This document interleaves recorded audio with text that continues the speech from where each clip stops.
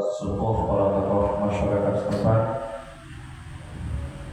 dan yang kami hormati segenap ketua dan pengurus mushola Sayyidul Aminin, hadirin hadirat, shaimin shaimat, yang tua-tua tidak disebut gelarnya, yang muda-muda pun tak disebut namanya. InsyaAllah kita semua senantiasa berada di dalam perlindungan Allah Subhanahu wa Ta'ala.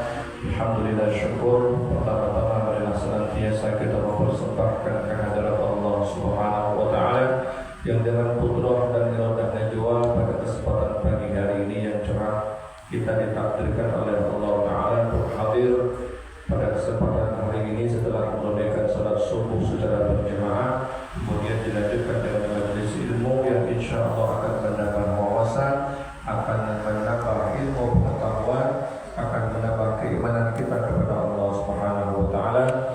Salawat dan salam semoga tetap tercurah kepada baginda Nabi Muhammad sallallahu alaihi wasallam dengan ucapan Allahumma salli ala sayyidina Muhammad wa ala ali sayyidina Muhammad. Mudah-mudahan dengan wasilah bacaan salawat dan salam kepada baginda Nabi Muhammad sallallahu alaihi wasallam, kita semua yang hadir di sini dan seluruh keluarga kita kelak akan dibangkitkan dan dikumpulkan bersama Nabi Muhammad sallallahu alaihi wasallam yang berhak mendapatkan syafaatnya nanti di yaumil qiyamah dan dimasukkan ke dalam syurga Allah Ta'ala bersama Nabi Muhammad sallallahu alaihi wasallam. Amin ya rabbal alamin.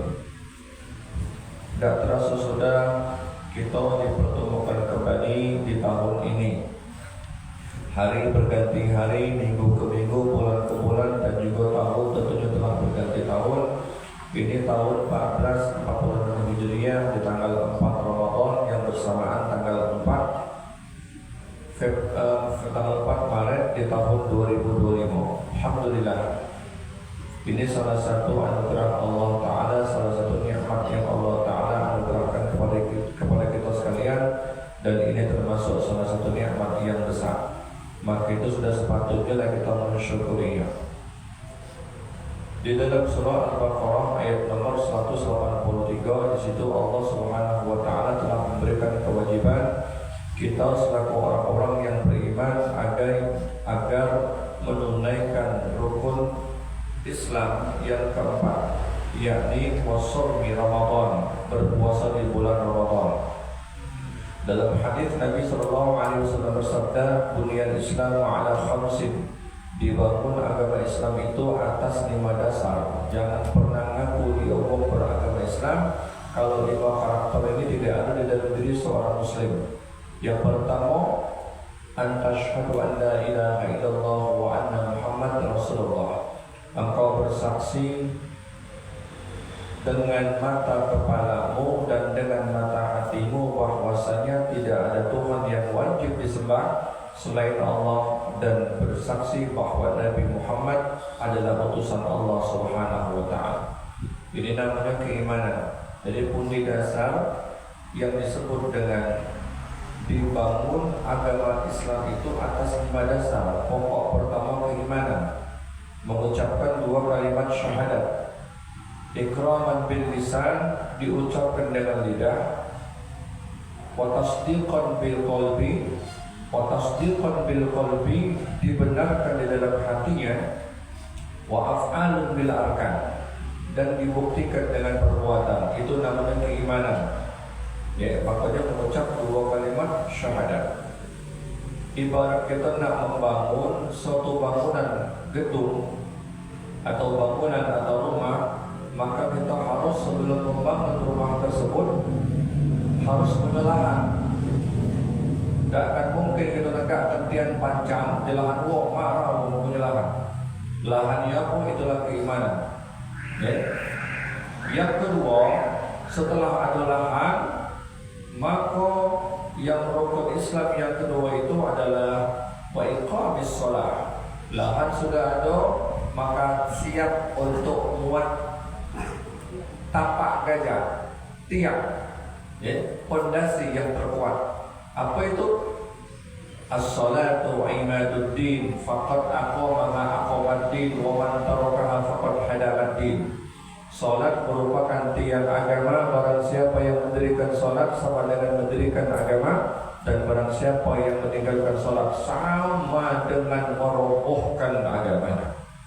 Karena gedungan yang kokoh, yang kuat itu tentunya lebih diperkuat lagi dengan tiang yang kuat, yakni salat 5 waktu sehari semalam. Man taraka sholata muta'ammidan faqad kafara jihara. Siapa orang yang meninggalkan salat dengan sengaja, maka sungguh dia kafir yang nyata. Itu kurang tegas apa lagi hadis Nabi sallallahu alaihi wasallam. Cuman itu bainahu wa bainallah, antara dia dengan Allah. Kita tidak boleh kata dia kafir, tidak boleh. Kafir atau tidaknya itu hak Allah. Cuma dalam syariat yang meninggalkan salat dengan sengaja tanpa dibenarkan dalam syarak, maka sungguh dia kafir yang ada. Kafir itu uangnya, kufur itu perbuatannya. Bahkan dalam hadis lain Nabi menegaskan bainal muslim wal kufri as-shalah. Yang membedakan seseorang itu muslim atau kafirnya salat. Ya, salat. Jadi jangan pernah main-main dengan masalah salat. Sampai-sampai Nabi menegaskan muru auladakum bis shalah. Perintahkan anak-anak kalian untuk mendirikan salat, menunaikan salat tatkala berumur 7 tahun, dan pukullah mereka jika mereka berani meninggalkan salat tatkala berumur 10 tahun. Pukul di sini bukan bentuk penganiayaan, bukan juga bermaksud untuk menzalimi atau menyakiti, tapi maksudnya memberikan pendidikan yang tegas. Jangan pernah bermain-main dengan masalah salat. 3. Wa itaiz zakat. Maka penguat daripada gedung itu sudah tiang dibuat, dinding sudah ada, itu tegak, maka mengeluarkan zakat. Zakat itu diibaratkan dia ventilasi udara. Maka itu gedung rumah tentulah pasti ada pintu, ada jendela, ada lubang angin. Ini sudah ada jendela, ada lubang angin, ada pintu, masih dikipas angin. Tambah lagi dijual AC, dilengkapi dengan sedekah. Selain zakat, ada zakat fitrah, ada zakatul mal. Maka penyempurnanya itu sedekah yang kita lakukan. Yang tangan kanan ngejuk, tangan kiri tidak tahu, itu afdolnya. Boleh tak kita bersedekah, kita nyebut nama, kita ditulis? Boleh. Yang tak boleh itu riya, itu tidak boleh. Cuman biasanya condong kadang-kadang sedekah disebut nama, kadang-kadang memancing seseorang itu riya. Tapi kita juga boleh nak nyebut nama untuk memotivasi yang lain supaya tergerak juga dalam bersedekah. Tidak apa-apa. Ini tidak apa-apa. Kemudian yang keempat, musami Ramadan, berpuasa di bulan Ramadan. Inilah yang akan kita bahas. Wa hajjul baiti man istata'a ilaihi sabila. Dan penyempurna itu adalah menunaikan ibadah haji bagi yang diberikan kemampuan oleh Allah Ta'ala ke tanah suci Makkah Al-Mukarramah. Ibarat bangunan gedunglah sempurna, dinding tegak kokoh, ventilasi udara sudah ada, atapnya puasa sudah sempurna. Puasa itu fungsinya untuk menahan segala sesuatu yang namanya badai, terpaan, angin, hujan, panas, itu gunanya atap puasa. Puasa itu fungsinya menahan segala sesuatu yang bisa membatalkan puasa. Itu namanya puasa. Adapun haji itu penyempurna. Setelah rumah berdiri dengan tegak, dengan kokoh, dengan kuat, sempurna atapnya, sempurna pintu, jendela, ventilasi udara, ada kipas angin, ada AC, maka melengkapinya dengan aksesoris yang ada, yang dibutuhkan di dalam masjid tersebut, dibuat cantik, dibuat sempurna dan lain sebagainya. Itu diibaratkan bangunan. Kalau dia haji, lah pasti dia puasa. Kalau dia puasa, lah pasti dia zakat. Kalau dia zakat, lah pasti dia salat. Kalau dia salat, lah pasti dia Islam. Kadang-kadang orang ada semayang baik dan tidak puasa. Ada yang puasa baik tapi tidak semayang. Ada baik? Ada. Ada puasa, ada semayang, cuma tidak kalau berzakat. Ada juga dia mampu untuk berhaji, tak berangkat haji. Ini ancaman dari Nabi. Siapa wong yang dia diberikan kemampuan untuk menunaikan ibadah haji sementara dia tak galak menunaikan ibadah haji, maka Nabi mengingatkan falyamut insya'a yahudiyan aw nasraniyan. Dia boleh memilih nak dimati ke secara Yahudi atau secara Nasrani. Maksudnya matinya mati kafir.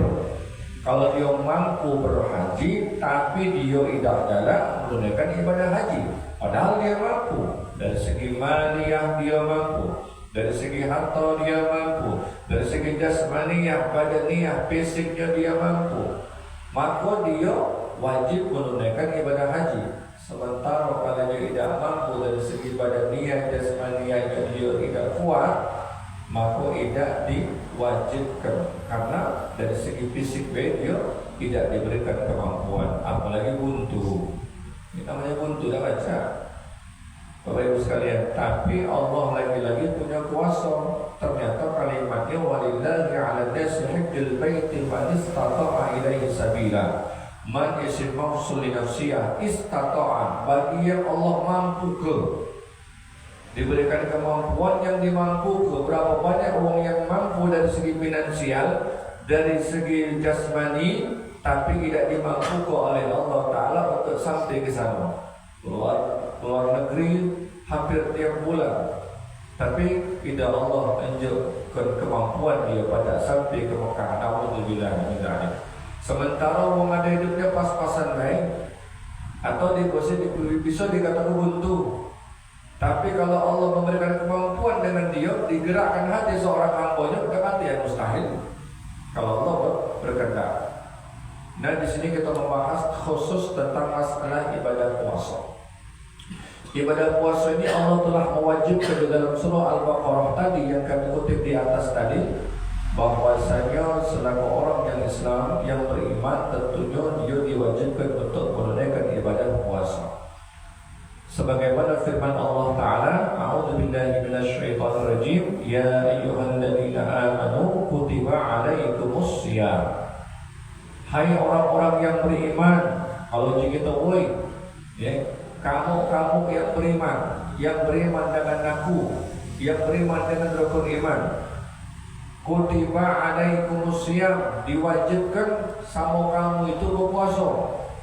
Kalau kamu mengaku beriman, wajib kamu puasa, kata Allah.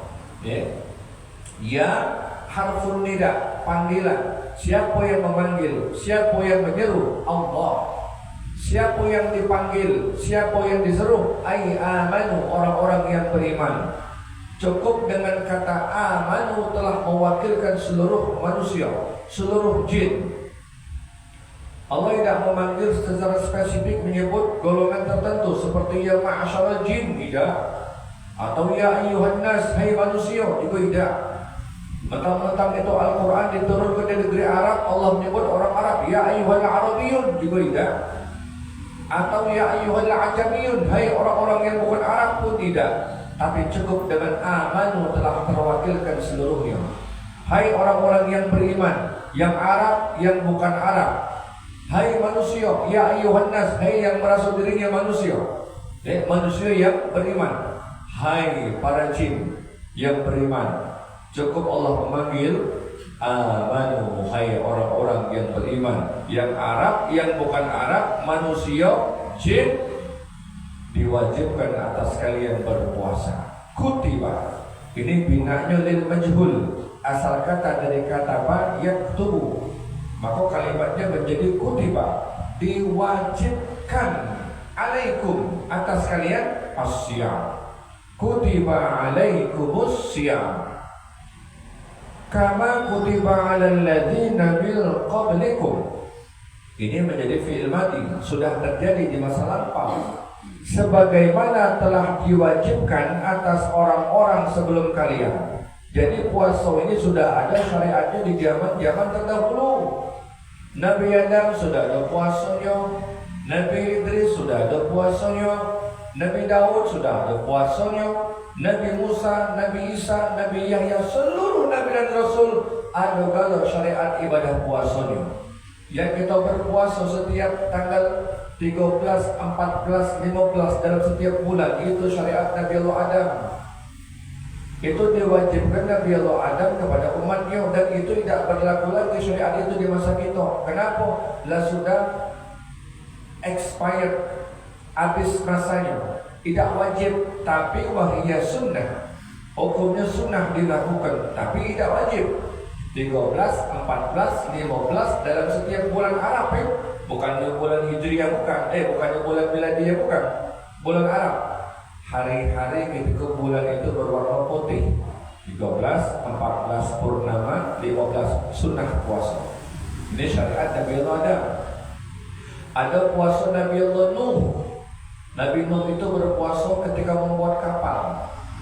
Ketika dikabarkan oleh malaikat Jibril akan diturunkan banjir yang dahsyat, maka di situ Allah memerintahkan Nabi Nuh membuat kapal. Bingung Nabi Nuh membuat kapal dengan apa ya Allah? Muat kapal itu dengan kayu. Kayunya dari mana? Dari pohon. Pohonnya mana ya Allah? Ceritanya dibaca ada pohon, kau tanam dulu. Nanam pohon 200 tahun. Pohonnya tumbuh 200 tahun, muat kapal 200 tahun, 600 tahun baru jadi kapal. Umur Nabi Nuh alfun ila khamsina sana 950 tahun. Nabi Nuh. Tinggi badan Nabi Nuh 16 meter, lebar badan Nabi Nuh 6 meter. Kalau tinggi 16, lebarnya 6 masuk akal. Yang tidak masuk akal kalau tinggi 2 meter, lebar 2 meter, itu namanya kotak buku. Ini tinggi 16 meter, lebar 6 meter. Nabi Nuh umur 950 tahun, muat kapal 200 tahun. Nabi Nuh itu dia berpuasa dalam setiap tahunnya 1 tahun penuh. Terbayang tak? 200 tahun dia berpuasa. Setiap tahun dia berpuasa. Masya Allah, tak tahan kita Pak. Itu Nabi Nuh. Dan kita bersyukur kepada Allah Ta'ala. Nabi Muhammad cuma sebulan.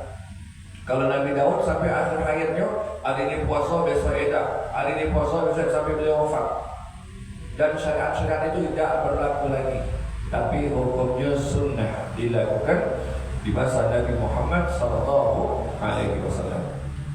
Kutiba alaikumusiyam, diwajibkan atas kalian berpuasa sebagaimana telah diwajibkan atas orang-orang sebelum kalian, agar kalian la'allakum tattaqun, agar kalian tergolong menjadi orang-orang yang bertakwa. Supaya kamu, kalau kamu puasa, seolah-olah kata Allah bahasa kitanya, kalau kamu puasa supaya kamu itu jadi wong yang bertakwa.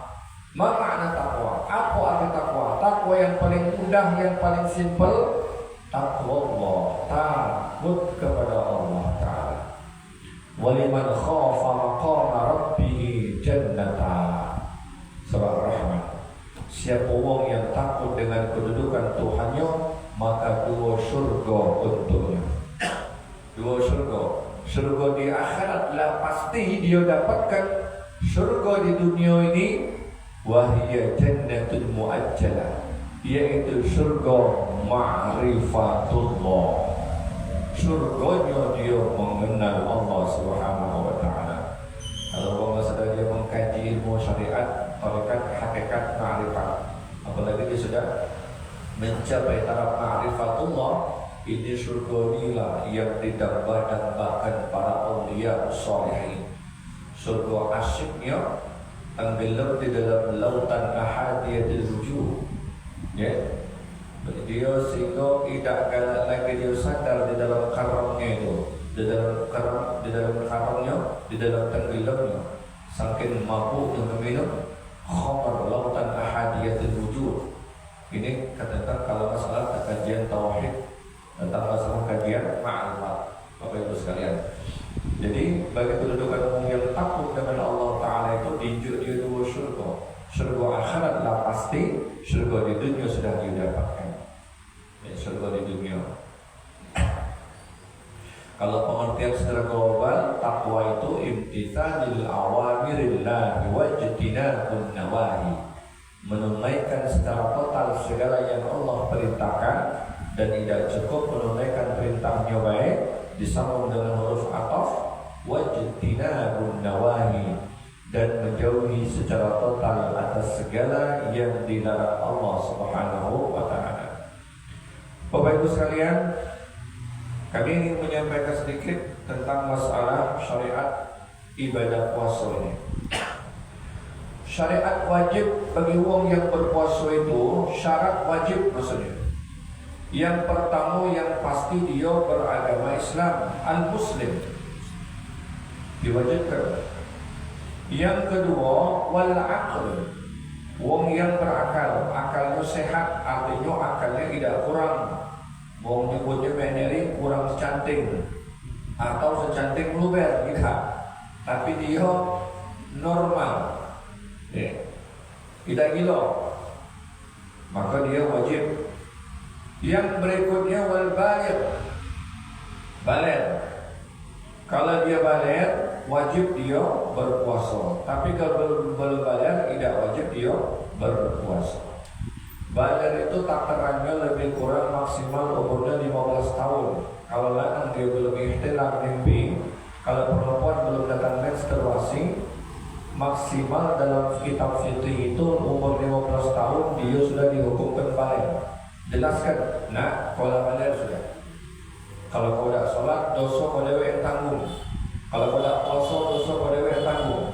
Kalau kau puasa, kalau kau tidak ada puasa, kalau kau tidak ada sholat, itu dosa kau dewe yang tanggung. Kalau kemarin kau tidak ada sholat, ini kami orang tua yang tanggung. Tapi kalau sekarang kamu yang dewe yang tanggung. Dia tahu konsekuensinya macam ini, hukumannya macam ini. Jelaskan sama mereka supaya mereka sudah terdidik, terbiasa sejak usia ini. Rufi al-qalam, diangkat qalam itu, artinya tidak dicatat seseorang itu an salatin, dari 3 perkara. Yang pertama anin naimi hatta yastaqil. Yang pertama uang yang tidur sehingga dia bangun dari tidur. Karena dia ketiduran, itu kolam tidak dicatat, tidak dihisap. Ketika dia tidur, waktu lagi tidur tidak dicatat. Begitu dia bangun, langsung catatan itu ada lagi. Kiraman katibin, raqib dan atid, dia standby mencatat. Tapi ketika dia tidur tidak dicatat. Salatu khairum minan naum. Orang lagi sedang subuh dia tidur, tak ada keterangan, tidak dicatat, tidak berdosa. Ketika dia terdengar, dia lagi lain, tidur lagi, dan dicatat tidak. Ketika dia terbangun, tapi ketika dia tidak dibangun, tidak terbangun, maka tidak dicatat dalam syariat. Sampai dia bangun tidur. Wa 'anil majnuni hatta yafiqa, dan tidak dicatat juga bagi orang yang gila sehingga dia sembuh dari gilanya. Jadi kalau dia gila, tidak dicatat semayang tidak berdosa, puasa tidak ada berdosa, tidak zakat tidak ada berdosa, tidak semayang tidak puasa, dan yang lainnya tidak catat. Kalau dia sembuh, maka dicatatlah dia berdosa kalau meninggalkannya. Wa 'anis sabiyyi hatta yablugha, dan tidak dicatat juga anak-anak sampai dia balik. Kalau tidak berpuasa, cuma dididik, dibiasakan, dilatih supaya anak itu dia terbiasa. Umur 5, 6, 7 tahun dia dibiasakan puasa. Kalau sudah masuk umur 40, 50 tahun, kalau dia tidak terbiasa, begitu dia berpuasa dia berat. Kenapa kamu tidak puasa? Kan tidak tahan. Berapa umur? 40, 50, 60 tahun. Cuman badan dia gemuk hitam. Angkat ember 2 ember ada telok. Bila puasa tidak tahan. Oh kalah sama budak kecil ini. Berapa umurnya? 8 tahun. Kelas 2 kelas 3. Masih SD. Puasa tahan dia. Maka kalau tidak terbiasa umur 50 tahun tidak tahan. Bukan tidak tahan, tidak terbiasa tu. Kalau dibiasa komandan macam ini, sudah tua, sayang harus tinggalkan puasa. Karena dari sejak usia dini itu dibiasakan. Jadi kalau budak di komandan macam ini tidak berpuasa, tidak berdosa. Kalau dia berpuasa, pahalanya balik ke mak bapaknya. Kemudian syarat wajib puasa itu dia harus mampu. Dalam arti kata mampu di sini, dia mampu tidak sakit, bukan dalam perjalanan. Intinya dia mampu. Ada orang hamil, dia masih merasa mampu, dia nak berpuasa, lebih bagus. Janin dibawa berpuasa itu janin anaknya sehat. Jaminan dari Nabi, sumu tasihu, berpuasalah kalian sehat. Itu jaminan dari Nabi. Cuman kita ini kadang-kadang image, sugesti kadang-kadang. Anu kakek budak ni kakek anu itu sugesti baik. Alhamdulillah, kalau dia dibawa berpuasa dia yakin sehat itu budak. Asa yakin tapi, cuman kalau dia zon yang sudah tak yakin sakit, jadi dia sakit dia. Yeah.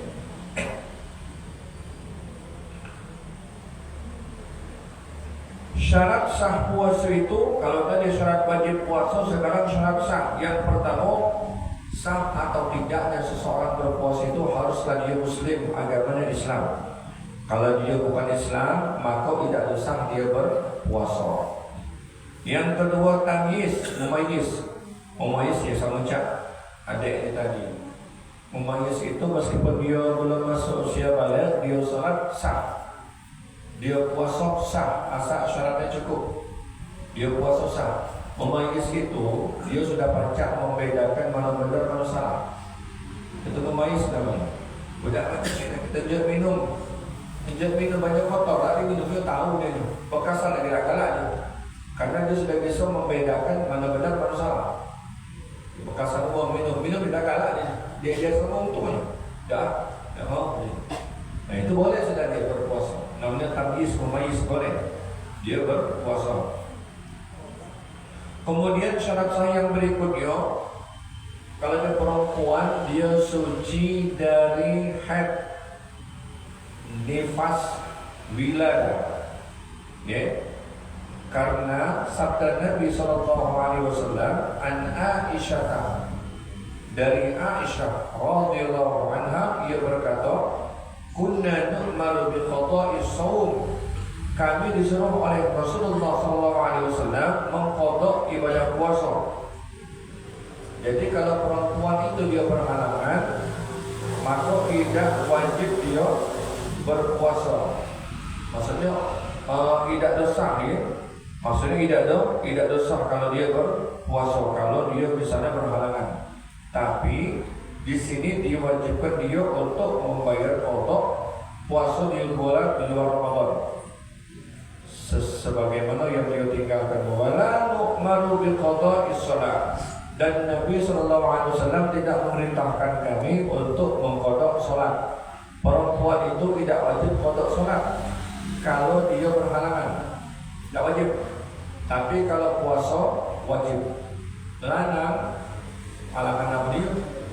Orang dua halangan. Ya, lanang yang pernah dia meninggalkan sholat di masa-masa yang lalu dengan sebab kebodohan dia, ketidaktahuan dia, kejahilan dia, maka dia wajib mengqada sholatnya.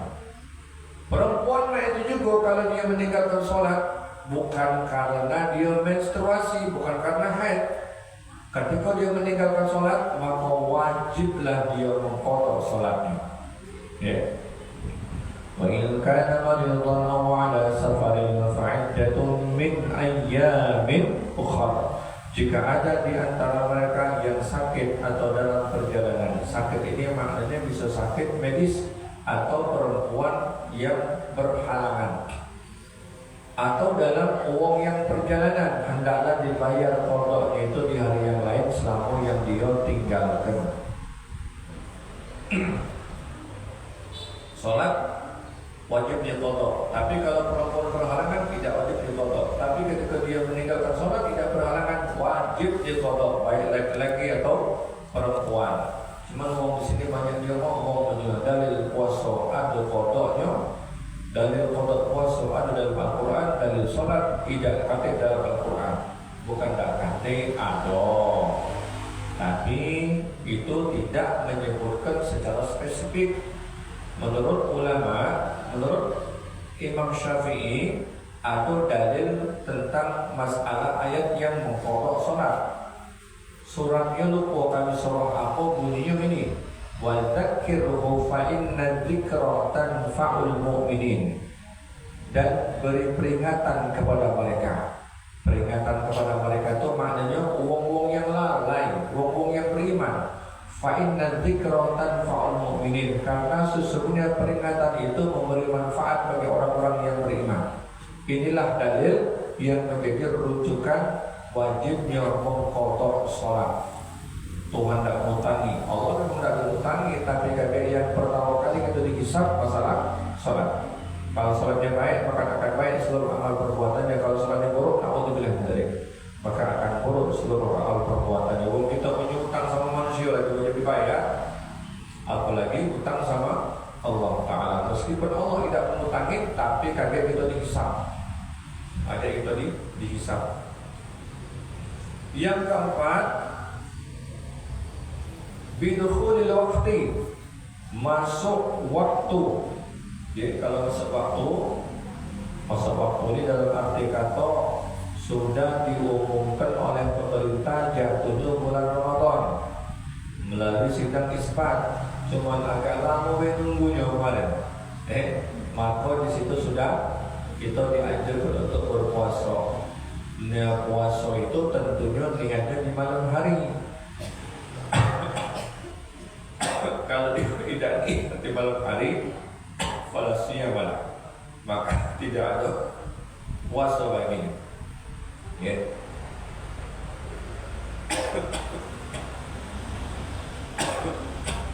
Masuk waktu dari mulai terbit fajar siddiq sampai dengan tenggelamnya matahari. Kita ini banyak bersyukur Bapak Ibu sekalian. Kita ini tinggal di wilayah Asia. Lebih kurang 13 jam kita berpuasa. Atau di daerah negeri apa namanya? Mereka tidak nemui malam. Tidak nemui malam.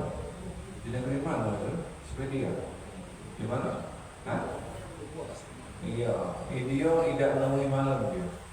Padahal waja'alna al-laila libasa waja'alna an-nahara ma'asha. Allah jadikan siang untuk mencari nafkah, untuk bekerja, untuk syariat, dan Allah jadikan malam untuk istirahat. Bukan dah malam tua dong, cuma tidak lama juga. Kita 13 jam lebih kurang dia, macam dihitung berapa lama? Syukurlah ini lebih kurang 13 jam baca kita berpuasa. Syaratnya itu masuk waktu mulai terbit fajar siddiq sampai dengan tenggelam matahari. Lalu disyamsi. Kalau rukun puasa itu singkat baik. Yang pertama niat. Innamal a'malu binniyat wa innamal likulli imrin ma nawa ila akhir hadis. Sesungguhnya segala pekerjaan itu didasari dengan diawali dengan niat. Hendaklah dengan niat dari segala urusan itu, segala pekerjaan itu dinilai dari apa yang diniatkan. Kalau tidak ada berniat tidak ada sah. Salat tidak kata niat tidak ada sah salatnya. Baik itu juga puasa, baik itu juga zakat, baik itu juga haji. Kalau tidak kata niat, apalagi puasa. Puasa. Qala Rasulullah sallallahu alaihi wasallam, telah bersabda Nabi sallallahu alaihi wasallam, "Man lam yujmi' as-siyam qabla al-fajr." Siapa wong yang dia tidak ada niat sebelum terbit fajar, fala siyamalah, maka tidak ada puasa baginya. Yang dimaksud dengan fajar sini, fajar siddiq subuh. Fajar siddiq itu subuh. Ada fajar kadab. Fajar kadab itu fajar dusta. Azan Sayyidina Bilal. Nah, kalau di Mekah itu dia 2 kali azan. Azan yang pertama untuk tanbih, menunjuk peringatan sama wong. Ini ingatkan waktu subuh. Kan subuh. Kalau di Mekah biasa 2 kali diwajibkan. Karena sama mayoritas madhab Imam Hambali sama Imam Malik pakai azan pertama as-salatu khairum minan naum. Kedua tidak ada. Kalau Imam Syafi'i azannya itu fajar siddiq waktunya. Kalau dia adzan Sayyidina Bilal, dia lagi makan, berkumandang adzan, kita lagi makan sahur. Allahu Akbar, Allahu Akbar. Lagi makan, telan tak waktu, terus kebaik. Ngaku adzan ini adzan Sayyidina Bilal, bukannya adzannya di waktu subuh. Kalau bahasa kita ada imsak. Imsak itu tuh menahan, maksudnya menahan dari segala sesuatu hal yang bisa membatalkan ibadah puasa. Makan boleh tak apa, yang tak boleh itu beduk subuh, adzan subuh lah, tak boleh baru. Ya selagi dia imsak masih boleh makan, cuma takut dia kebablasan. Ini takutnya. Jadi niatnya itu di malam hari maksimal sebelum fajar siddiq, sebelum beduk subuh kita nyebutnya. Niatnya ini dia di malam hari. Kemudian masih panjang pembahasan ini. Jatuh niatnya itu di malam hari. Yang kedua, dia wajib menahan segala sesuatu yang bisa membatalkan ibadah puasa. Menahan makan, menahan minum, menahan nafsu seksual dan lain sebagainya. Tidak boleh makan, tidak boleh minum meskipun makanan itu halal, minuman itu halal, atau bini laki yang halal, tidak boleh. Ketika fajar siddiq subuh sampai waktu maghrib batas. Ya segala yang halal diharamkan. Sama waktu kita sholat, ketika takbir Allahu Akbar, seluruh yang halal diharamkan. Mau ngomong lagi tak boleh.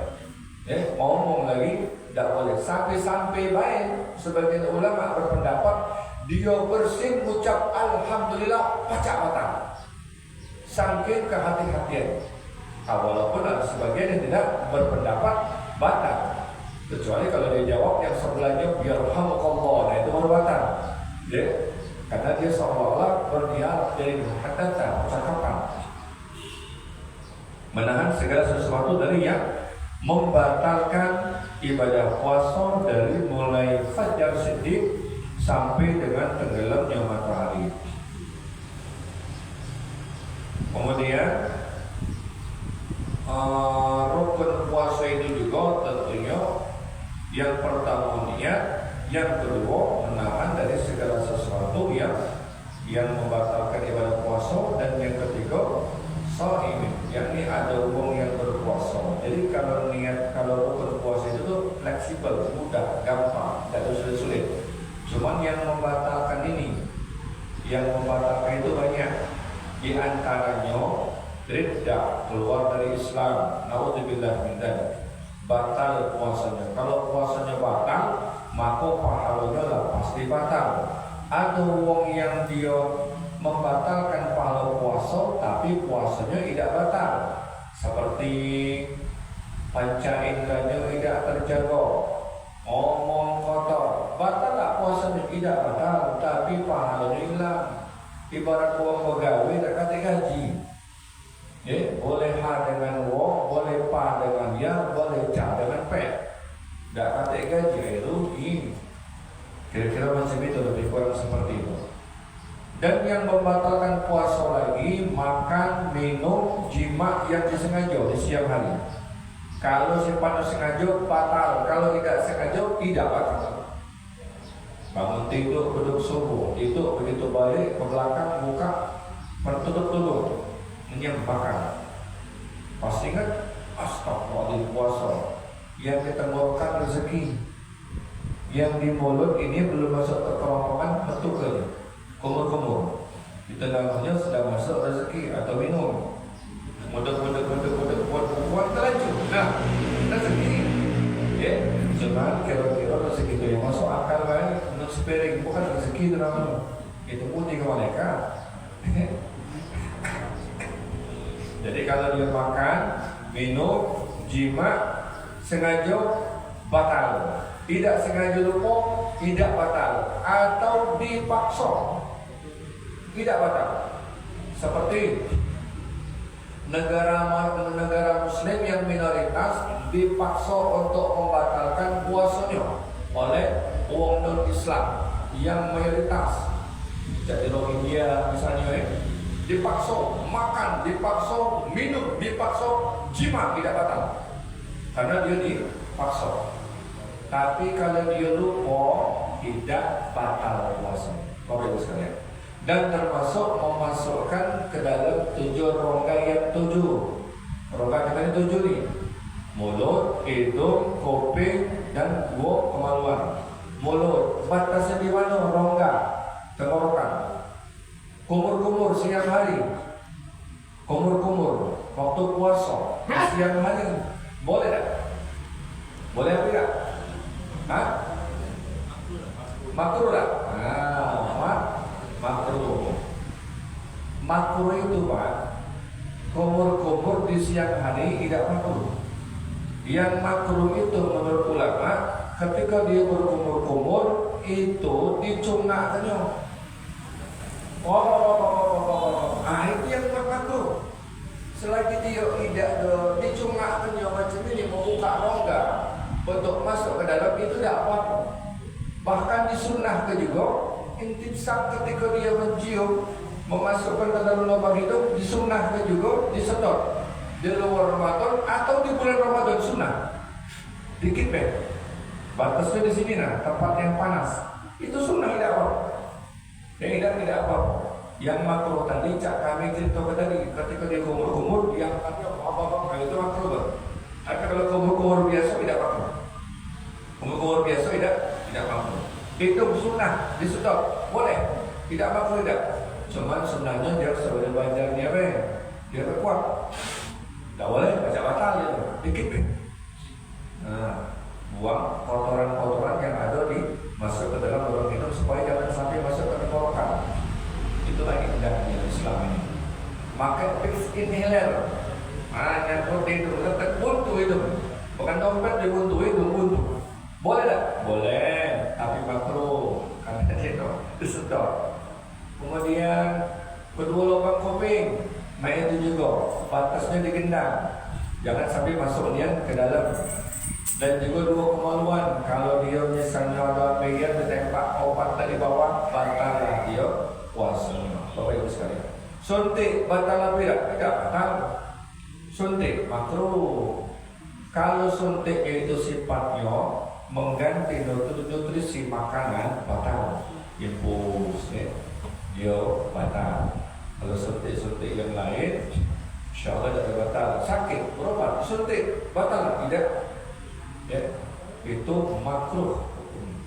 Hukumnya makruh. Berhubung sudah jam 6:20 menit, masih banyak lagi yang lain belum sampaikan. Mudah-mudahan bermanfaat apa yang kami sampaikan ini untuk kita amalkan dalam kehidupan kita sehari-hari, insyaallah taala. Sebelum ditutup dengan doa, jika ada pertanyaan yang ingin ditanyakan supaya kami bahas pada pagi hari ini atau di luar itu, dipersilakan. Ibu silakan. Ya, silakan. Assalamualaikum warahmatullahi wabarakatuh. Kalau untuk intro yang beberapa ini Islam untuk kaum yang non muslim dari itu kan, kalau bersentuhan dengan mereka kan akan lagi kan. Kalau untuk kita darah kita bersentuhan dengan mereka itu batal atau tidak, ataupun najis tidak bisa. Mekam.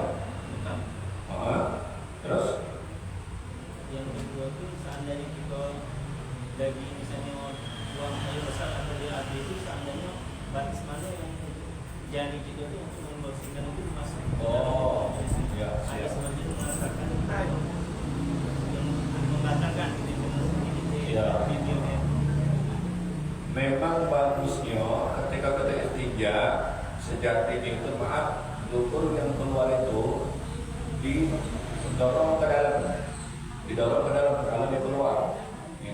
Batas-batasnya sampai mana? Batasnya jangan sampai dalam, dikit jangan tidak. Untuk mendorong supaya apa? Supaya jangan ada sisa-sisa kotoran tadi. Kotoran tadi nih, dia sudah bersih lah, pasti bersih dulu, didorong ke pojok sampai dia ada zat sedikit masuk, dia jelek sudah. Cuma jangan sampai ke dalam pojok. Itu tentang di istinja. Kemudian berbekam, apakah boleh berbekam di bulan Ramadan? Ini hadisnya. Ani bin Abbas anna Nabi sallallahu alaihi wasallam, dari Ibnu Abbas sesungguhnya Nabi sallallahu alaihi wasallam tajaba, Nabi telah berbekam, berpantik, muhrimun, wahtajama wa huwa shaimun. Nabi SAW telah berpegang ketika beliau dalam berihram, dan beliau berpegang pula sewaktu beliau berpuasa. Hadis Jawahirul Bukhari. Ya, jadi Nabi itu dia pernah berpegang waktu berihram dan waktu dia berpuasa. Tapi ada keterangan yang lain lagi. Ulama lain berbeda pendapat tentang masalah berpegang membatalkan puasa atau tidak. Di sini dalam keterangan yang lain, rawahu Ahmad wa Tirmidzi, qala Rasulullah sallallahu alaihi wasallam aftarul hajib wal mahjum. Telah bersabda Nabi sallallahu alaihi wasallam, berbukalah. Jadi maksudnya di sini ini aku aftara. Berbukalah. Kalau bahasa kita ini batal. Siapa yang batal? Al-hajib, uang yang berbekam. Ini keterangan ini yang lain. Berbukalah, batalah uang yang berbekam itu uang yang memantik dan uang yang dipantik. Yang berbekam batal, yang membekam juga batal. Jadi yang mana yang benar nih? Rawahu Ahmad wa Tirmidzi. Tapi hadis yang pertama itu lebih kuat dari hadis yang kedua. Maka dengan sendiri pendapat yang pertama itu lebih kuat daripada pendapat yang kedua. Karena kedudukan pendapat itu di Sahih Bukhari itu lebih kuat daripada Imam Ahmad dan At-Tirmidzi, maka ulama berpendapat pendapat yang pertama itu lebih rajih, lebih kuat ketimbang dengan pendapat yang kedua. Jadi ada dua versi dia. Ada yang mengatakan tidak batal karena Nabi pernah melakukannya di waktu berihram, di waktu puasa, dan pada pendapat juga Nabi mengatakan bahwa batallah uang yang berbekam dan uang yang dibekam ketika berpuasa. Tapi kedudukan hadis ini menurut ulama pendapat yang paling jumhur, yang paling kuat pendapat yang pertama. Jadi tidak batal boleh. Allah a'lam bishawab. Ibu-ibu, donor Pak? oh ya, saya. Kalau donor? Donor darah. Oh ya, donor darah. Apakah boleh mendonor darah di waktu siang hari? Batal tak puasanya? Nah itu masalahnya. Kalau memang urgent, ada sesuatu hal yang bisa membantu menyelamatkan nyawa seseorang, boleh. Boleh. Urgent, darurat, masalah nyawa, tidak usah ke puasa. Sholat lagi boleh dibatalkan. Tahu-tahu ada kompor meledak misalnya, atau udah kompor mobil atau macam-macam boleh dibatalkan sholat. Kapri. Ini masalah nyawa, boleh kan? Nah, kalau mendonor darah dengan niat untuk menolong seseorang supaya dia selamat, maka boleh mendonor darah. Tapi kalau tidak ada alasan mendonor darah di bulan Ramadan, itu hukumnya makruh. Batal tak? Tidak batal. Boleh. Karena dia sifatnya tidak memasukkan ke dalam rongga yang tujuh. Wallahu a'lam bishawab. Barangkali cukup ya. Mudah-mudahan bermanfaat. Lebih kurang kami mohon maaf kepada Allah Subhanahu wa taala. Kita mohon ampun yang setinggi-tingginya. Mudah-mudahan Allah taala senantiasa mengaturkan kepada kita sekalian bimbingan taufik, hidayah serta ma'unahnya. Dan mudah-mudahan kita diberikan kesehatan, keafiatan, sekeluarga, dipertemukan umur kita untuk taat beribadah kepada Allah Ta'ala, dimudahkan segala urusan kita, dilunaskan hutang-hutang kita, rumah tangga yang sakinah, mawaddah, warahmah, dzurriyyah keturunan yang saleh dan salihah, bahagia di dunia dan di akhirat. Insyaallah adakan Allah nak nabi nyawa kita suatu saat, mudah-mudahan diwafatkan dalam keadaan husnul khatimah indal maut. على هذه النية وعلى كل نية صالحة مقبولة وإلى حضرة النبي محمد صلى الله عليه وسلم بسر الفاتحة. أعوذ بالله من الشيطان الرجيم. بسم الله الرحمن الرحيم.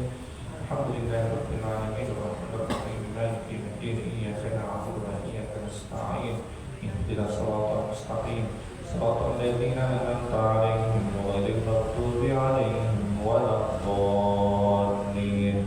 آمين. أعوذ بالله من الشيطان الرجيم. Bismillahirrahmanirrahim. Alhamdulillahirabbil alamin. Allahumma shalli wa sallim ala sayyidina Muhammadin fi kulli lamhatin wa nafasin bi'adadi kulli ma'lumin lak. Allahumma iftah lana min abwabil ilmi wa yassir lana min abwabil ilmi wa zidna ilma wa fahman fil laili wan nahar. Allahumma awrithna ilma ma lam na'lam nashkurillah. Rabbana atina fid dunya hasanah wa fil akhirati hasanah wa qina adzabannar. Shalli wa sallim ala jami'il anbiya'i wal mursalin walhamdulillahi rabbil alamin. Subhanakallahumma wa bihamdika asyhadu an la ilaha illa anta